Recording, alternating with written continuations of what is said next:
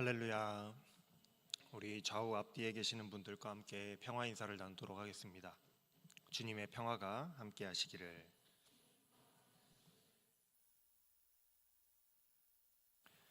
한 주간의 삶 가운데서도 우리 주님께서 주시는 평안이 여러분들의 삶 가운데 늘 가득하시기를 바랍니다. 지난주에 말씀을 통해서 동역하는 자들에 대해서 우리가 함께 말씀을 들었습니다. 동역이라고 하는 것은 함께 일하는 것인데, 우리 그리스도인들은 하나님을 위하여 라는 그 공통된 목표를 가지고 함께 일하기 때문에 동역할 수 있다라는 그런 말씀을 드렸어요.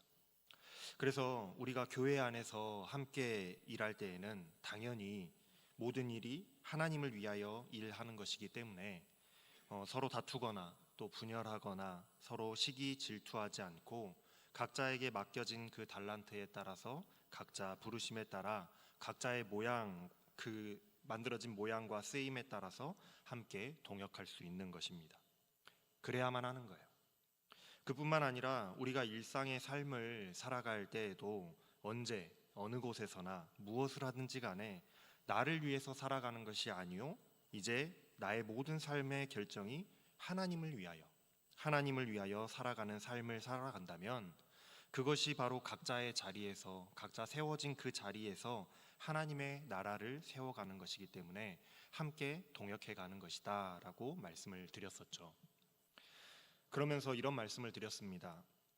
정말로 결정하기가 어려운 순간에 내가 무엇을 위해서 사는가, 그것을 올바로 기억한다라고 한다면 결정이 조금 더 쉬워질 것이다 라고 말씀을 드렸어요. 나를 위하여서 나에게 무엇이 유익이 될 것인가를 그 저울질 해보면서 살아간다면 그 문제들이 결정하기가 너무 어렵지만은, 우리가 하나님의 말씀을 기준으로 하나님의 뜻을 따라서 하나님을 위하여서 나의 모든 삶의 순간들을 결정해 나간다라고 한다면 무엇이 하나님이 기뻐하실 일이고 무엇이 하나님께서 사랑하시고 무엇이 하나님께 영광이 될 것인지를 놓고 우리가 고민하면서 결정해 간다라고 한다면, 우리가 어느 때나 우리가 어느 때 언제 내려놓고 포기해야 되는지, 또 언제 우리가 그것들을 쟁취하고 얻어야 하는지에 대해서 알 수 있게 된다라고 말씀을 드렸어요. 그렇게 우리는 하나님의 나라를 위하여 동역하게 되는 것이다 라고 말씀을 드렸습니다. 오늘 본문의 말씀은 그 원리에 대해서, 그 동역하는 원리에 대해서 바울이 조금 더 실질적인 이야기들을 하고 있습니다. 고린도전서를 보면은 고린도전서를 우리가 쭉 지금 묵상해 가고 있는데, 고린도전서를 이렇게 우리가 묵상해 보면 가장 핵심 주제가 분열이라는 것을 알 수가 있습니다. 지난주에 우리가 말씀을 살펴봤던 문제들, 당파를 짓는 그 분열의 문제뿐만이 아니라 여러 가지 문제들이 있어서 이 각자의 생각들이 다 달라서 교회 안에 수많은 분열들이 있었음을 우리가 알 수가 있어요. 고린도전서를 보면 그런 이야기가 가득합니다. 너무 다양해요. 고기를 먹는 문제, 그 다음에 결혼하는 문제, 또 사도의 문제, 누군가의 복음을 따를 것이냐의 문제, 예배 때 형식의 문제, 은사의 문제 등등등 정말 다양한 문제들을 가지고 이 성도들이 서로 누가 더 옳으냐, 누가 더 큰가를 놓고 이 서로 분열하고 싸우고 있다라는 것을 우리가 알 수 있습니다. 그러나 고린도전서의 이 편지를 통해서 바울이 고린도 교회에 제시를 하고 있는 이 해결책을 살펴보면 이 모든 문제가, 분열의 문제가 정말 다양하게 나타나는데 이 모든 문제가 하나의 대답으로, 하나의 해답으로 풀려지고 있다, 그곳으로 귀결된다라는 것을 알 수가 있어요. 하나님을 위하여 동역하라라는 겁니다. 동역하라. 아직도 어린아이와 같이, 아직도 세상 사람과 같이 자기 자신을, 나를 위해서 살고 있는 그 성도들에게 이제는 우리가 나를 위해서 살아가는 것이 아니라 하나님을 위해서 살아야 한다. 하나님의 영광을 위한다는 그 하나의 목표, 하나의 가치를 기준으로 너희가 모든 일을 판단하고 그렇게 결정하면서 살아간다면 때로는 마음에 들지 않아도 나의 지혜와 나의 권리를 포기하고 내려놓을 수 있게 되고, 때로는 나의 생명까지도 내어놓을 수 있게 될 것이다 라고 말하고 있는 거예요. 당시에 고린도 교회 성도들 사이에서 한 가지 논란이 되고 있었던 문제가 있었습니다. 여러 가지 중에 하나예요. 그것이 10장의 주제가 되는 이 우상 숭배에 관하여서입니다. 예전에 요한계시록을 설교할 때에 당시에 그리스 로마 문화권의 도시들의 상황에 대해서 여러분들에게 간략하게 설명드린 적이 있습니다. 그 시대는 도시의 모든 곳이 황제 숭배가 굉장히 성행했던 시대였어요. 그리스 로마의 신들의 그 숭배가 성행했던 시대, 또 황제의 숭배가 성행했던 시대라고 말씀을 드린 적이 있습니다. 아침에 일어나서 일을 시작하기 전에 우상을 숭배하고 어떤 하루의 일과를 시작하는 그런 문화, 또 하루에도 수십 번, 수백 번 우상 숭배의 제사가 그렇게 드려지던 도시, 그런 우상 숭배의 홍수와도 같은 시대에 살아가던 때가 그 시대였단 말이에요. 자연스럽게 모든 성도들이 우상 숭배의 환경에 노출될 수밖에 없었던 그런 상황이었던 거죠. 당시에 이 문제는 굉장히 심각한 문제였습니다. 왜냐하면 우상 숭배가 너무나도 만연해 있어서 아무도 그것을 이상하게 여기지 않을 정도로 일상생활이었기 때문에, 너무나도 자연스러운 일상생활이었기 때문에 그래요. 사실 우리가 알고 있고 교육을 받기로는 이 세상의 신은 하나님 한 분밖에 없다라고 배웠고 알고 있습니다. 그저 만들어진 우상, 금속 조각이고 돌 조각이고 나무 조각일 뿐이다라는 거예요. 우리는 알고 있죠. 그러니 사실 우상이라고 하는 것은 그저 만들어진 허상에 불과하고 사람들의 만들어 놓은 것에 불과한 것이기에 아무런 힘도 능력도 없는 것이다 라고 할 수 있겠어요. 그러니 그런 우상 따위에게 절하고 그것을 나의 신이다 라고 믿는 것은 정말 바보 같은 짓인 겁니다. 헛된 일이에요. 그런데 이 문제가요, 간단하지 않습니다. 그렇게 간단하지만은 않아요. 왜냐하면 아무것도 아닌 그 만들어진 우상의 뒤편에는 사단의 영이 역사하고 있기 때문에 그래요.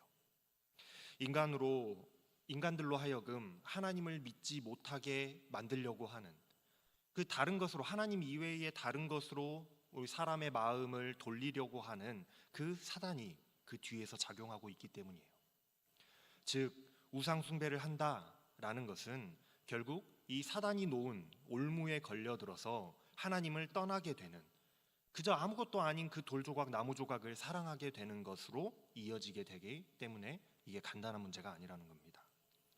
그런데 고린도 교회 성도들 중에 세상의 신은 오직 하나님 한 분뿐이면서 우상은 아무것도 아니다라는 이런 영적인 지식을 가지고 있는 사람들, 그런 사람들이 담대한 마음으로 음식을 먹고 마시는 자들이 있었던 것 같아요.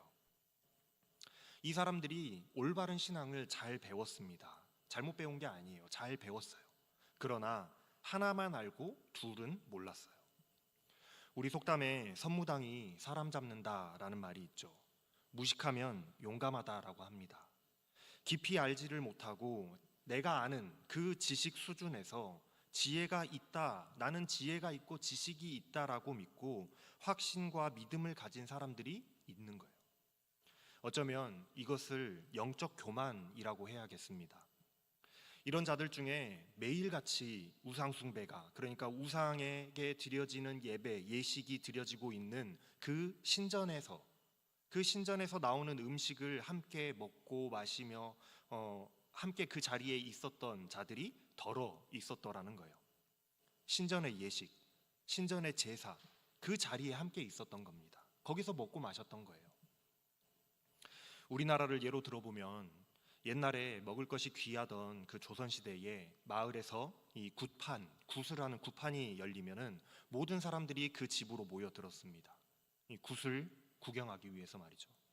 사실은 굿을 구경하러 거기에 모인 것이라기보다는 굿이 끝나고 나서 나눠주는 음식을 먹기 위해 거기에 모인 거였어요. 그래서 우리가 잘 알고 있는 속담이 뭐가 있습니까? 굿이나 보고 떡이나 먹는다. 그 속담이 그래서 나온 거예요. 이 말이요, 남의 일에는 간섭하거나 신경을 쓰지 않아요. 그저 방관자나 구경꾼으로서 그 굿을 구경할 뿐입니다. 왜냐하면 그 굿은 나랑은 전혀 상관이 없는 굿이거든요. 그러나 그 굿판이 끝나고 나면 음식을 나눠주는데 그 음식을 나눠줄 때에 그것을 함께 먹고 마시는데 그걸 위해서 그 음식을 먹고 싶어서 구슬하는 자리에 함께 참여하여서 구경하면서 기다리고 있다가 음식을 먹는 거예요. 그때에 그 음식을 받아 먹으면 그때 그 음식이나 받아 먹으면 된다라는 의미의 속담이 이 굿이나 보고 떡이나 먹는다라는 속담이잖아요. 그런데 바울은 이것은 결국은 우상 숭배다라고 말하고 있습니다. 왜냐하면 나는 지식이 있어서, 나는 지혜가 있어서 그들이 하는 그 그들이 드리는 제사, 그건 나와 아무 상관이 없다라고 믿는다. 그런 신들은 우상은 없다라고 나는 알고 있고 믿는다. 그러니 거기에 있다가 나는 그냥 음식만 먹으면 된다라고 생각을 하고 거기서 먹고 마시지만은 그 우상 숭배하는 자리에 함께 참여하는 것, 그것 자체가 그들과 똑같이 우상 숭배하는 것이다라는 거예요.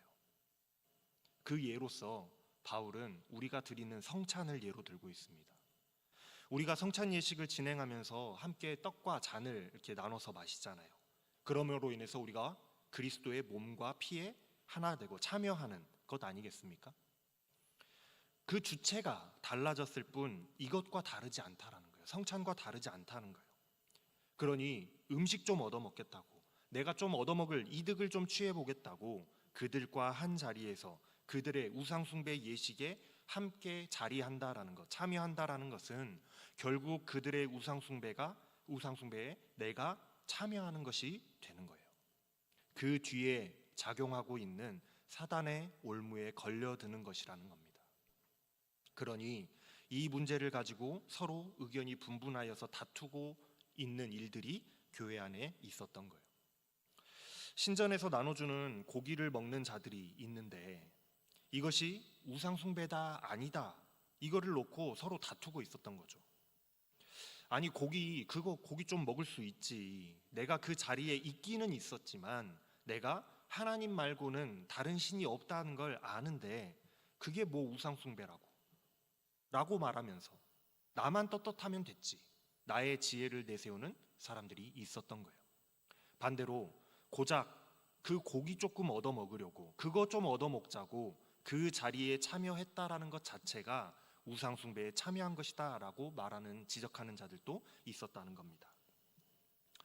여러분, 이 문제가 어떻게 보이십니까?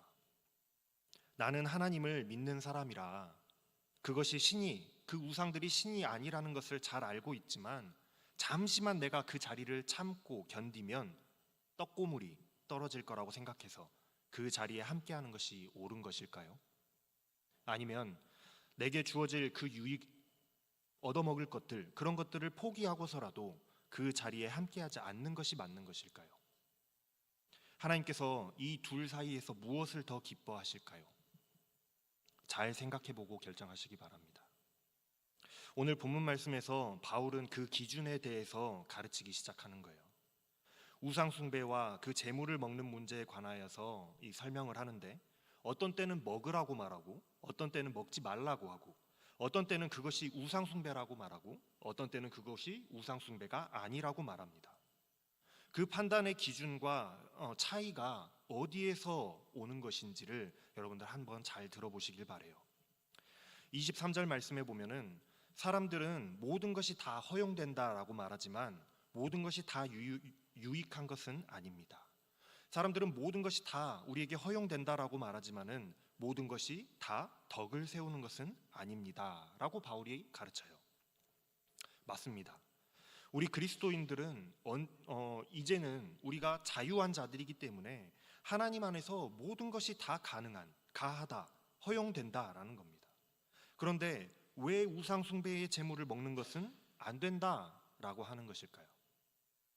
그것이 유익하지 않기 때문이에요. 그것이 덕을 세우는 것이 아니기 때문에 그렇습니다. 그것이 내가 맛있는 것을 얻어먹는 나에게 유익이 될지는 모르겠지만 그것이 다른 사람의 믿음을 세우는 데에는 유익이 되지 않기 때문에 그런 거예요. 당시에 시장에서 판매하는 고기 중에서 그 출처가 신전에서 나온 것들이 많이 섞여서 판매되었습니다. 왜냐하면 고기가 가장 많이 소비되는 곳이 바로 이 신전에서 제사를 드릴 때나 아니면은 각 그 집이나 사업체에서 우상 숭배의 제사로 이 고기들이 많이 사용됐기 때문에 그래요. 그런데 그 귀한 고기를 신전에서 쓰고 그냥 버리겠습니까? 전량 폐기하겠어요? 그러지 않겠죠. 우상 숭배 예식에 사용하고 나서 남는 것들은 그냥 백성들에게 나눠줘서 먹게 하는 경우, 그렇게 내어주는 경우도 있었고, 그리고 대부분은 그렇게 소비하고 남는 것들은 시장에서 각 사람들에게 팔려 나갔습니다. 그래서 바울이 25절 말씀에서 이야기하기를 시장에서 파는 것은 무엇이든지 양심을 생각하여 묻지도 않고 그냥 먹으라라고 권면하는 거예요. 아니, 지금까지 우상 숭배에 관하여서 이야기하면서 그 재물을 먹지 말라라고 가르쳤으면서 말했으면서 우상 숭배라고 했으면서 이번에는 먹으라라고 이야기를 하고 있습니다. 이게 무슨 말이냐면 우리도 흔히 그렇게 생각을 많이 합니다. 옛날에 제사를 지내는 집이 많았는데 제사를 지내고 나면 그 제사 음식이 많이 나오잖아요. 그 많은 제사 음식을 다 처리할 수가 없어서 이웃들에게 나눠줬단 말이에요. 그런데 제사 음식이라고 하면 이게 왠지 모르게 그냥 꺼림칙합니다. 왠지 음식에 귀신이 붙어 있을 것 같고 괜히 부정 탔을 것 같은 그런 느낌. 특히나 내가 그리스도인이라고 한다면 이게 우상 숭배에 사용된 음식인데 이거 내가 먹어도 괜찮나? 괜시리 양심의 가책이 느껴지는 그런 꺼림칙함이 있단 말이죠. 지금 바울은 그런 양심을 말하는 겁니다. 사실 우상에게 드려진 제물은요, 아무런 효력이 없습니다. 그것을 먹는다고 해서 내가 우상 숭배를 하게 되는 것도 아니에요. 그 음식에 귀신이 붙어서 따라온 것도 당연히 아닙니다. 모든 음식은 하나님이 창조하신 이 창조 세계의 일부일 뿐이에요. 잘 구별하셔야 돼요. 음식을 먹고 마시는 것이 중요한 것이 아니라 우상을 숭배하는 예식에 참여하여서 그들과 함께 그 자리에서 먹고 마심으로 사단의 계략, 그 계략에 빠지는 것이 잘못된 것입니다. 그러니 음식에는 죄가 없는 거예요. 좀 더 쉽게 여러분들한테 다가갈 수 있게 예를 한번 들어볼게요. 군대에 입대하면 훈련소를 갑니다. 훈련소에 가면은 주말마다 종교 활동이라는 것을 해요. 그런데 남자 청년들은 다 아실 텐데 각 종교 단체마다 주일, 주말만 되면은 경쟁이 붙죠. 그리고 그 소문이 부대에 전달이 소문이 먼저 나요.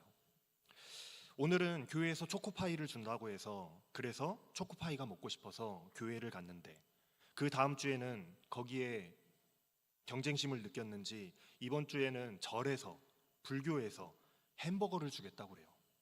절에서 고기를 준대요. 그럼 햄버거를 먹겠다고 지난주에 교회를 갔던 그 장병들이 우르르 절로 몰려갑니다. 다 한 번씩 경험해 보셨을 거예요. 아마 여기에 앉아 계신 분들 중에서도 그렇게 따라가 보신 분들이 계실 겁니다. 있죠. 그렇다면 교회에서 교회와 절에서 이 음식을 가지고 뭘 하는 겁니까 지금? 서로 막 음식을 좋은 걸 나눠주면서 경쟁을 하는데 이것 갖고 뭐 하려는 거예요? 이걸 미끼로 사용해서 포교 활동을 하려는 거예요. 여러분들이 이걸 먹으러 가면은 미끼를 문 겁니다. 나는 그리스도인인데 햄버거를 먹고 싶어서 절에 가서 거기서 스님들이 연부를 외우는 동안에 그 순간에 멀뚱멀뚱 그것을 바라보면서 함께 앉아서 햄버거를 먹고 있는 것, 미끼를 물어버린 거죠. 햄버거라는 그 미끼에 물려서 나도 모르게 우상숭배 예식에 참여하고 있는 거예요. 이것이 바울이 우상숭배다라고 말하면서 먹지 말아라, 고기를 먹지 말라라고 했을 때의 상황입니다. 그것이 사단의 전략인 것이지 햄버거가 부정을 탄 것은 아니라는 거예요. 햄버거 하나 때문에 하나님을 저버리고 절간에서 거기에 앉아 있는 그것이 하나님께서 기뻐하시지 않으신다라는 겁니다. 그럼 반대로 그럼에도 불구하고 나는 햄버거를 포기하고 교회를 가야겠다. 그래서 교회로 갔던 그 친구가 있어요. 그 친구가 생각이 나서 동기가 절에 갔다가 오면서 햄버거를 한 해 몰래 더 받아와서 그 친구를 주었다라고 생각을 해봅시다. 햄버거를 양보하는 건 진짜 생명을 다 대주는 거거든요. 그래서 햄버거를 받아서 맛있게 먹었어요. 그럼 이것은 우상 숭배인가? 아니라는 겁니다. 이번에는 반대로 바울이 이렇게 말하는 겁니다. 시장에서 파는 것, 그러니까 그렇게 절에서 누군가를 통해서 가지고 온 것, 그것들이 무엇이든지 간에 괜히 꺼림칙하거나 부정을 탔을까봐 염려하거나 하지 마시고 그냥 드셔도 된다라는 거예요. 음식은 전혀 문제가 없다라는 말이에요. 오히려 믿음이 있는 자들은 세상 모든 만물이 하나님의 것이라는 것을 알기에 그것을 꺼림칙하게 생각하지 않을 수 있기 때문에 먹어도 되는 겁니다. 오히려 그것이 혹시 부정을 탔을까봐 노심초사하며 먹지 못하고 불안해하고 먹고도 괜히 불안해가지고 체하는, 그렇게 꺼려하는 것은 세상 모든 만물을 창조하신 하나님을 믿지 못하는 것이 되기 때문에 그렇게 양심의 가책을 느낄 필요가 없다. 먹어라. 하나님은 이런 믿음 없는 모습 또한 기뻐하지 않으신다라는 거예요. 그러니 먹으라는 겁니다. 또 27절 말씀에 보면은 불신자들에게 초대를 받아서 집을 방문했는데 식탁을 대접받는데 거기에 고기가 있다. 그것도 아무런 의심하지 말고 꺼려하지 말고 먹으라라고 말합니다. 왜냐하면 대접하는 사람의 마음을 얻기 위하여서 그러해야 된다라는 거예요. 그런데 또 반대로 초대를 받았는데 그 초대한 사람이 불신자이지만 초대받은 내가 그리스도인이라는 걸 알아서 나를 걱정하는 마음에 이것이 사실은 제사에 올렸던 음식입니다 라고 알려준다면 먹지 말래요. 제사 음식인 것을 아는 순간 그 음식이 갑자기 우상 숭배로 돌변하기 때문이 아닙니다. 그렇기 때문이 아니에요. 내가 제사의 자리에 참여하지 않는다면 아무런 문제가 없다는 것을 알아요. 음식은 아무런 죄가 없습니다. 그러나 나는 분명히 그런 영적이 있으나 그럼 먹어도 되는 거 아니냐라고 할 수 있지만, 그러나 단지 나를 초대한 그 사람이 나를 생각해줘서 이것의 우상 숭배에 사용되었던 음식입니다라고 알려줬잖아요. 그러면은 그 사람은 그리스도인은 우상 숭배하지 않는다라는 것을 알기 때문에 나를 걱정하는 마음으로 알려줬는데, 내가 그 음식을 그 사람 보는 앞에서 덥석 먹어버리면 오히려 나는 괜찮을지 몰라도 그 사람의 마음에 시험이 들어서 그리스도인이 저래도 되는 거야? 라고 생각하여 시험 들게 될까봐, 그럴까봐 먹지 말라고 하는 거예요. 내가 괜찮다라고 할지라도 다른 사람의 양심을 위하여 먹지 말라라고 권면합니다. 여기서 이런 질문을 하는 사람들이 있습니다. 왜 내 자유가 타인의 판단에 의해서 제약을 받아야 됩니까? 오늘날 세상에서 가르치는 중요한 가치가 이거죠. 나답게 살아라. 남의 눈치 보지 말아라. 남의 판단에 쉽게 휩쓸리지 말아라. 그 사람은 그 사람이고 나는 그 음식에 대한 지식이 있기 때문에 음식에 문제가 없다는 걸 아는데 왜 내가 그 사람의 눈치를 보고 그 사람 때문에 내 자유를 침해받아야 됩니까? 내가 그냥 하나님께 감사기도 드리고 음식을 그냥 먹을 뿐인데 그거 가지고 내가 욕을 먹어야 될 이유가 있습니까? 나의 믿음을 그 누구도 판단할 수 없습니다 하고 반문하는 사람들이 있어요. 맞는 말 같죠? 그런데요, 이렇게 생각하는 사람들은 여전히 자기만을 생각하는 사람, 하나님의 영광을 생각하지 못하는 사람이라는 거예요. 나는 모든 것이 가능한 자유인인데 왜 내가 남의 눈치를 보고 할 수 있는 것도 참아야 되고 하지 말아야 되는가? 이 문제에 대하여 결국 우리가 한 단계 더 깊이 생각해 본다라고 한다면, 하나님의 영광을 위한다면 그렇게 해야 되는 거예요.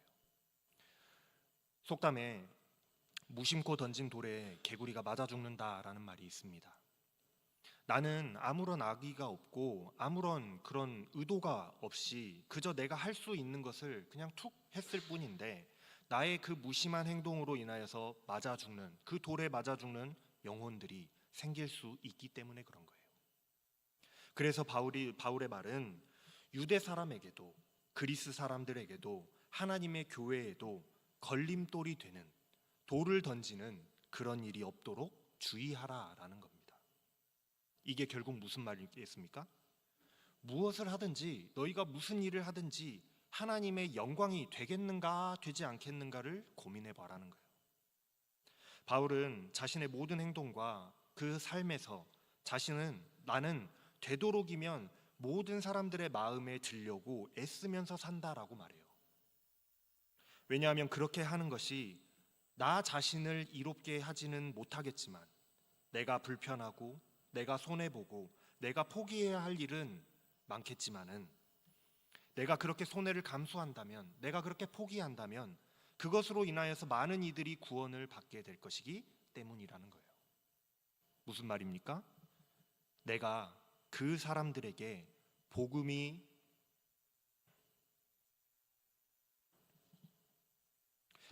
전해지는 통로를 가로막는 자가 되지 않기 위하여서, 혹시라도 내가 무심결에 그렇게 하나님의 영광을 가로막는 자가 되지 않기 위하여서 늘 주의한다라는 말이에요. 왜요?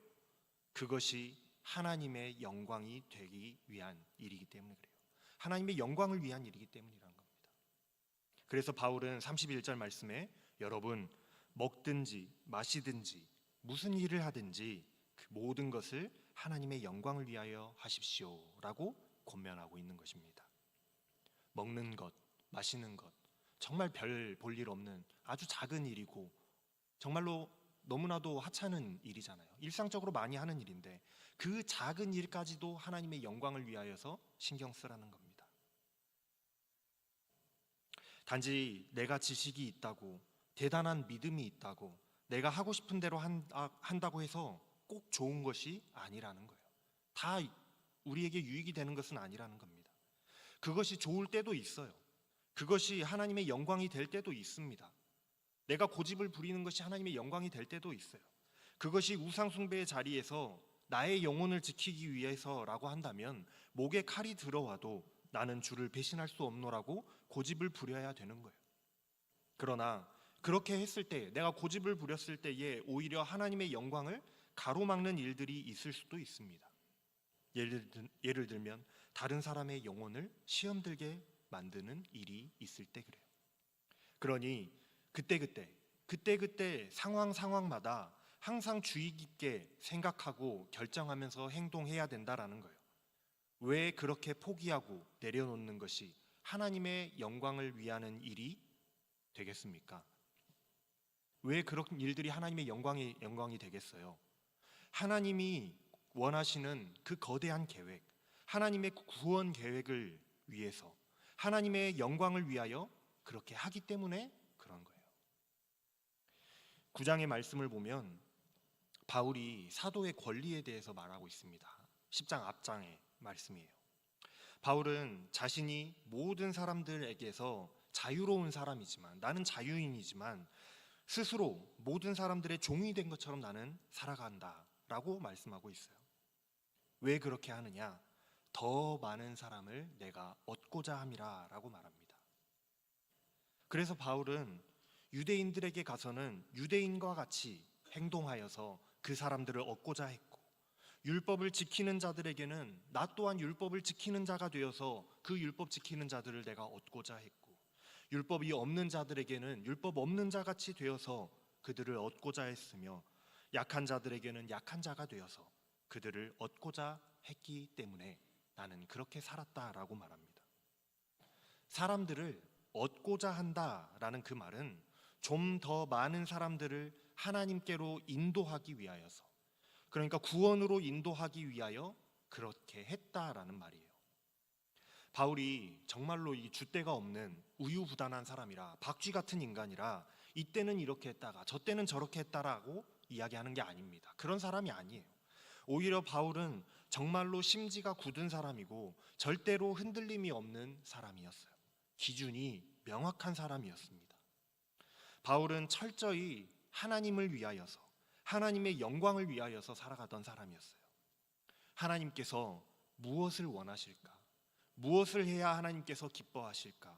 하나님께서 한 영혼을 천하보다 귀하게 여기시고 구원하기를 원하신다고 하셨으니 내가 하나님의 기쁨을 위하여서, 하나님의 영광을 위하여서, 하나님이 많은 영혼들을 구원하기 원하시는 그 하나님의 구원 사역을 위하여서 그 많은 영혼들을 구원하는 데에, 하나님께로 인도하는 데에 내가 사용되어지리라. 그런데 그 과정에서 하나님의 일을 하는 그 과정에서, 하나님을 기쁘시게 하는 그 과정에서 내가 그 사람들의 종이 되어야 된다라고 한다면 내가 종이 되어주고, 내가 그 사람들에게 유대인이 되어줘야 된다라고 한다면 유대인처럼, 이방인이 되어야 한다라고 한다면 이방인처럼 그렇게 나를 내려놓고 그들에게 얼마든지 나는 맞춰주었다. 왜냐? 내가 여러 사람들에게 여러 사람의 모습이 된 것은 아무쪼록 몇 사람이라도 더 구원하고자 했기 때문이다 라고 말합니다. 내가 복음을 위하여 이 모든 일에 그렇게 하였는데 그것은 단지 내가 복음에 참여하고자 했기 때문이다 라고 말하고 있어요. 바울의 삶의 모든 기준은 하나님의 영광을 위하여서였던 겁니다. 바울은 단지 하나님의 그 영광스러운 사역에, 하나님의 구원 사역에, 그 복음의 사역에 참여하고 싶어서 그렇게 살았던 거예요. 오늘 말씀에서 바울은 우상 숭배와 재물을 먹는 문제에 관하여서 성도들이 지금 겪고 있는 분쟁에 관한 그 해답을 주고 있습니다만은, 이것이 단순히 음식을 먹어도 되는가, 먹으면 안 되는가, 먹지 말아야 하는가의 그 규범을 정해주는 그런 문제가 아니에요. 과연 우리의 삶의 선택의 순간마다 우리는 무엇을 기준으로 살아야 하는가에 대해서 가르쳐주고 있는 것입니다. 표면상 우상의 재물을 먹고 또 우상의 재물을 먹지 않고, 이런 문제는 표면상 똑같은 문제라고 할지라도 그 상황에 따라서 대응이 달라질 수 있는 거예요. 그러나 이러한 선택의 기준이 모호해서 그렇게 선택하는 것이 아닙니다. 이때는 이렇고 저때는 저렇고, 오히려 기준이 명확하기 때문에 그때 상황에 따라서 해석이 달라질 수 있는 거예요. 이 일이 하나님이 기뻐하실 일인가? 이 일이 하나님의 나라에 도움이 되는가? 이 일이 하나님의 영광을 위한 일인가? 이 절대적인 기준을 놓고 깊이 고민한다면 우리는 결코 잘못되지 않을 줄로 믿습니다. 먼저 하나님의 말씀을 여러분 기준으로 삼으십시오. 하나님께서 무엇을 기뻐하시는지, 무엇이 하나님께 영광이 되는지 말씀에, 우리가 가지고 있는 이 성경에 다 기록되어 있습니다. 우리가 뭘 알아야지 기준으로 삼을 것 아니겠어요? 그러니 여러분들 말씀을 가까이 하시라는 거예요. 두 번째로는 매 순간마다 여러분 기도하십시오. 하나님의 뜻을 묻는 기도를 한다라는 것의 의미는 성령 하나님께서 하나님의 그 이 말씀이 깨달아지도록, 알아지도록 도와주셔서 하나님께서 무엇을 기뻐하시는지, 무엇이 하나님의 영광이 되는지를 우리에게 생각나게 하신다라는 것을 말합니다. 말씀을 우리가 많이 읽고 공부해서 알면 뭐합니까? 적절할 때 생각이 나야지 결정을 할 때 써먹을 것 아니겠어요? 필요할 때 하나님의 뜻이 생각나게 하여 주시고 또한 그 말씀들이 이해되어지게 하여 주시라고 우리는 늘 기도해야 되는 거예요. 그렇게 우리가 먹든지 마시는 그 작은 일까지도 하나님의 영광을 위하여 고민하면서 살아간다면 우리는 하나님의 나라를 더욱더 세워가고 하나님의 영광을 높여드리는 동역자들이 되어질 수 있을 줄로 믿습니다. 기도하겠습니다. 우리를 복음 사역에 동참시켜 주시는 하나님, 우리가 이제 구원받은 하나님의 종들로서 하나님의 나라를 위하여 함께 세워가는 동역자들로 살아가야 할 텐데, 아직도 우리는 무엇을 기준으로 살아가야 할지를 알지 못하고 그저 나의 유익과 욕심을 따라, 나의 기준, 세상의 기준을 따라 판단하고 결정하며 살아가고 있었습니다. 나의 기준에서 유익이 된다면 그것이 사단의 올무가 놓여 있는 자리라고 할지라도 그곳에 참여했고, 나의 기준에서 유익이 된다면 하나님의 복음이 가로막히는 것 정도는 무시하며 나의 유익만을 생각하며 살았습니다. 그러나 하나님, 성숙한 믿음의 사람들은 이제 나의 유익을 먼저 생각하기보다는 먹고 마시는 그 작은 일에서조차도 하나님의 영광을 위하여 이것이 하나님의 기쁨이 되는 것인지, 혹시 나 때문에 하나님의 이름이 욕을 먹는 것은 아닌지를 고민하며 나의 영혼을 위하고 타인의 영혼을 위하여 결정하고 행동해야 한다는 사실을 말씀을 통해서 하나님 배웁니다. 이제는 하나님의 영광을 위하여 살아가기로 결단하는 자들 다 되게 하여 주시옵소서. 감사를 드리며 우리 주 예수 그리스도의 이름으로 기도합니다. 아멘. 일어나셔서 결단